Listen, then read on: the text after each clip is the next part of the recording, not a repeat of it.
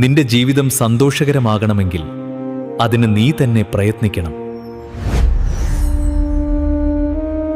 ആ പ്രയത്നത്തിന് നിന്റെ കൂടെയുള്ള ആരും തന്നെ സഹായികളായി നിൽക്കില്ല. നിന്റെ കഷ്ടതകളിൽ അധ്വാനമില്ലാത്ത സഹതാപവാക്യങ്ങളുമായി നിൽക്കുവാൻ മാത്രമേ അവർക്ക് കഴിയൂ. അത് നിന്റെ മനസ്സിനെ കൂടുതൽ തളർത്തുകയാണ് ചെയ്യുന്നത്.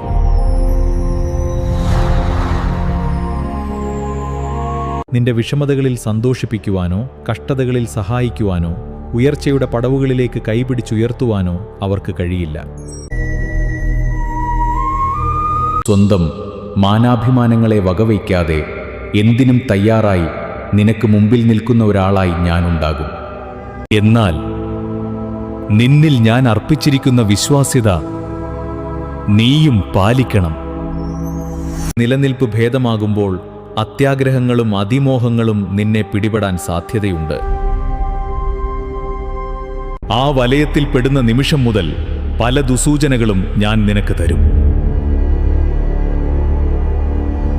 അത് വകവയ്ക്കാതെ നുണകളുടെ മറപിടിച്ച് നിന്റെ അധർമ്മങ്ങൾ തുടരുകയാണെങ്കിൽ സ്വന്തം നാശത്തിനുള്ള തുടക്കവും കുറിക്കും. എന്നിലൂടെ നീ നേടിയെടുത്തതിൻ്റെ ഇരട്ടി നഷ്ടങ്ങളും ദുരിതങ്ങളുമായിരിക്കും നിനക്ക് വന്നു ചേരുന്നത്. അത് നിന്നെ അവസാനിപ്പിക്കാൻ വേണ്ടിയല്ല, അതിമോഹത്തിലൂടെ നീ ചേർത്തവരുടെ പൊയ്മുഖങ്ങൾ തിരിച്ചറിയുവാനും ഞാൻ എന്തായിരുന്നു എന്ന് നീ മനസ്സിലാക്കുവാനും വേണ്ടി ഞാൻ തരുന്ന ശിക്ഷയാണ്. നിന്റെ തെറ്റുകൾ തിരിച്ചറിയുന്ന നിമിഷം മുതൽ നീ എന്നിലേക്ക് തന്നെ തിരിച്ചെത്തും. അന്നു മുതൽ നിന്റെ ജീവിതത്തിന്റെ അടുത്ത അധ്യായത്തിന് ഞാൻ തുടക്കമിടും. എല്ലാം നല്ലതിനെന്ന് മാത്രം കരുതുക.